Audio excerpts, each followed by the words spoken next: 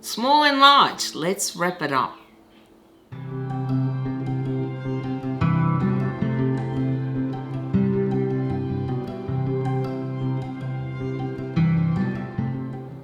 G'day my lovelies, welcome back to my channel. I'm Kathy and today I'm here to wrap up the Supersize Supersmall Summer, or in my case Winter Challenge. This is a challenge that was hosted by Kim from the Paper Traveller, Grozz from the GKBC, Jiun from Livrio Mia, and I'm sorry Jiun, I know I mispronounced that, and was also co-hosted by Mindy from Mindy's Book Journey. Okay, for those who don't know, this challenge basically required us to read one supersized book, anything over 700 pages, and or a super small book, anything under 200 pages. And I thought I would tell you which books I read, whether I completed the challenge or not. I actually did. In fact, instead of just reading one supersize and one super small book during this period, I read one of each month in June, July and August. It also happened to coincide with a time when I was reading two series, both of which had very large books. For me, the hardest part was actually the smaller books, the super small ones. I am generally not drawn to shorter books.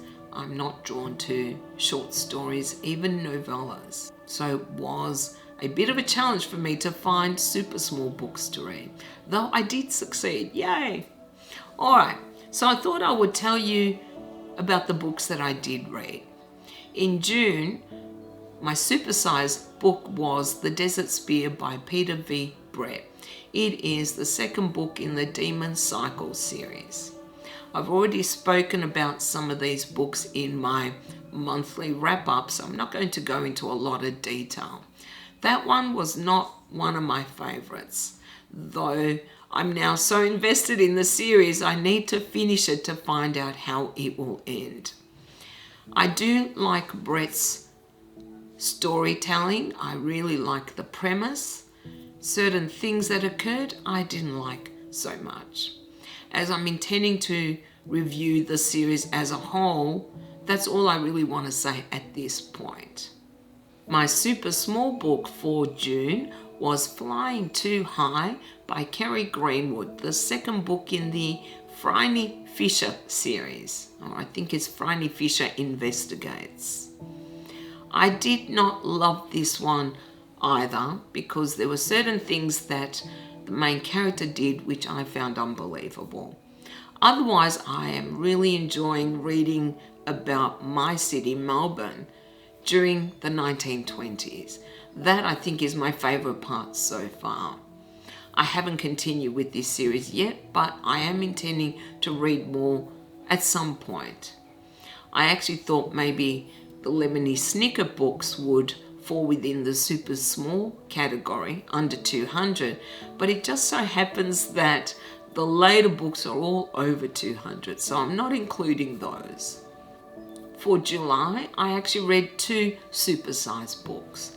The first was Aeronaut's Windlass by Jim Butcher, the first book in the Cinder Spies series. I love Butcher's Dresden Files. I adore this series, and I have been meaning to read the first book for a long time, so I'm glad it fell within the category of supersize. This is a steampunk series. It involves airships, and the best part, the talking cats. I absolutely love the cats in this book. Whilst I really enjoyed it, I will not say I love it as much as the Dresden Files. I actually did end up reading the second book, but that was actually under 700, so I'm not including it for the challenge. It hasn't been finished yet. I'm not sure if it's going to be 3 books or more, but I will definitely continue with this series. The second supersized book I read in July was The Daylight War, book 3 in the Demon Cycle series by Brett. I had a few issues with this one. There was a lot of what I thought were gratuitous sex scenes in what I expected to be a fantasy. It felt like a sex romp. And I don't like that in fantasy. I don't have any objection to sex scenes in certain books, but that's not why I read fantasy.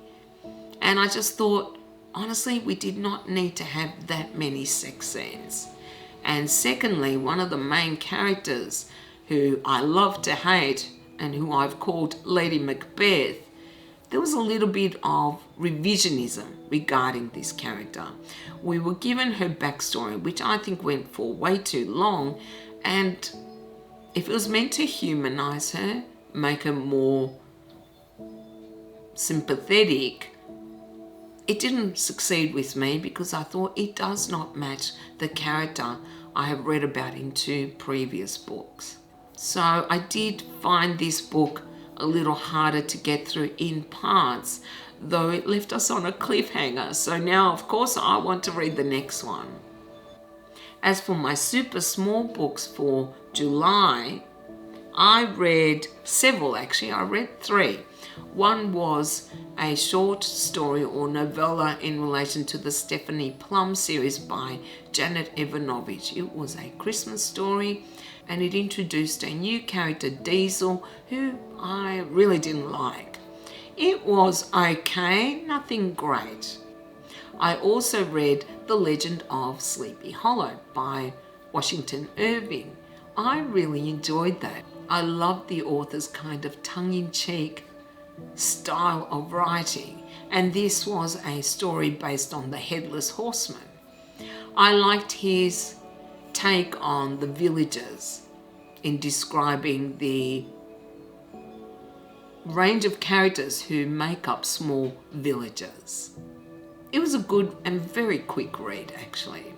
And the last super small book I read was An Unnatural Life by Wagner. This was a gift to me by my friend Gabby, and I hate to say it, but I didn't really love it. Sorry, Gabby. It actually relates to a lawyer who has moved to Jupiter's moons and is sent to help a prisoner to rehabilitate, an android. Instead, she aims to get him released because he is claiming he was falsely accused and convicted of murder. Unfortunately, I found this far too cliched and predictable and shallow, actually. What I would have liked to have seen was more about the nature of androids, rather than spending so much time with our main character, the lawyer, who was really dull. I thought anyway. Not always very pleasant either. Plus, I've seen this done before. You can switch out the android for any other minority. There was just nothing fresh or new that the author had to say about this, and I've seen it done a lot better. And last but not least, in August, my Supersize book was Memories of Ice by Stephen Erickson, book 3 in the Malazan series. I just finished it actually a few days ago. I'm not going to say too much about it as I'm looking to review it, but I really enjoyed it. That's all I need to say at this point. This is not a series for the faint-hearted. This is a very complex and detailed and well fleshed out world, which can be hard to grasp at times because so much is happening, because there is a large cast of characters and because there is so much history attached to this world. I am loving this series and part of me just wants to jump into the next book, but I'd like to review this one first. And for my super small challenge, I read 2. The first was Do Androids Dream of Electric Sheep by Philip K. Dick. This is the book that the film Blade Runner is based on, which I absolutely love. I've watched it many times. The film is similar to the book, except that there are some quite significant changes, even regarding certain of the characters. I came away from this one with a lot of food for thought. Being an android, Does that make them fake, therefore less valuable, less important than humans? One of the tests that the main character uses, a bounty hunter, against androids is an empathy test. Are humans necessarily more empathetic? That was not the impression I got in the book. Sometimes I didn't think so. I thought the humans actually lacked empathy. For example, people are affected by a dust where it affects their mental capacity, and they are called chicken heads and sidelined, treated with contempt, even forced to live outside of the rest of the human population. I thought, where's the empathy there? These are people who are affected by an external factor and yet are treated like rubbish, basically. I found that really telling, actually, of how we can claim we are much more empathetic than androids, for example, and yet we don't even treat our own with empathy. As I said, it gave me a lot of food for thought, and I really did enjoy it, but it is a dense read. It took me a bit of time to get through, and it's not a very long book. It's just under 200 pages. And the second super small book that I read was The Death of Ivan Ilyich by Tolstoy. Now, this was a really interesting read as well. Another one that gave me a lot of food for thought. This is more a novella, I would say, maybe even a short story. And it is all about this person, Ivan Ilyich, who becomes very ill and is dying, and his reflections and thoughts on why this has happened to him at a young age. I think he's in his mid-40s. And contemplating his life, thinking he has lived a worthwhile life. He was a justice in Russia, I think in the turn of the 19th century. And his life, to me, seemed to be very shallow, all about social standing, all about meeting the right people, mixing with the right people, having the right things in his home to indicate what his social standing was. He seemed a very shallow and selfish human being, and it takes him until almost the end of his life to realize that perhaps he has not lived a life that was really worthwhile. Perhaps he allowed himself to be caught up in all these superficial things like social standing, accumulation of wealth, of objects, rather than, say, being a kind and generous person. Certainly his attitude towards his wife was not kind or generous, but then again, neither was his wife. What this illustrated for me was that too many of us wait till the last minute when we're near the end of our lives to actually contemplate, have we lived a good life, a worthwhile life? Have we placed too much emphasis on the wrong things? It also, I guess, reminded me of a time in my life when I was much, much younger and struggling with the fact that I had a disability. And I wondered as well, why me? Why am I being punished for this? Is it a punishment? Is it random? And it took several years and some maturity to realize it is just random. And that death, disaster, accidents, ill health are all random things that occur to us. That it isn't something we are responsible for. It isn't necessarily a punishment for a good or bad life, or a reflection of the life we have led. That was my conclusion. And I think in the end, Ilyich came to a similar conclusion. It wasn't necessarily a punishment for his behavior, but it did give him the opportunity to realize that he has not lived a worthwhile life. He has lived mainly for himself. Now, they're all the books I read for the challenge. I did not, however, get to Brothers Karamazov. I'm not sure when I will. I wish I had. It just so happens that it didn't work out. And I have to say the Olympics played a part in that, because I spent 2 weeks just watching the Olympics and not reading all that much. Nevertheless, I will get to this book eventually, but I'm also intending to redo this challenge again.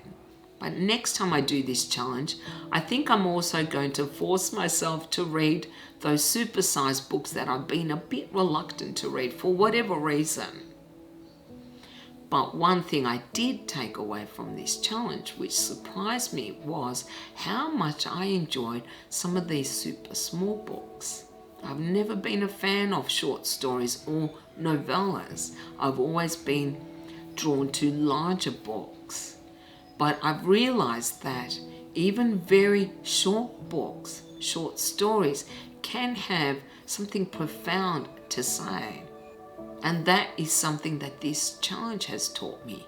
Size doesn't always matter when it comes to books. That small can have just as big an impact as a large book. Now, this challenge is called the Summer Challenge. I happened to do it during my winter, but I'm thinking I might do this again for my summer, which doesn't start until the 1st of December. Well, anyway, that's all I have for you guys today. Now, of course, I want to hear if you also undertook the challenge with me, and how did you find it? Which books did you read? Did you find a treasure? Well, that is all I have for you guys today. Thank you so much for watching. I hope you enjoyed this video, and if you did, then of course you can do the usual. You can like, comment and subscribe if you haven't already. I also have a Patreon account if you wish to support me in that way. I hope you all have a beautiful day, and I'll see you next time. Bye.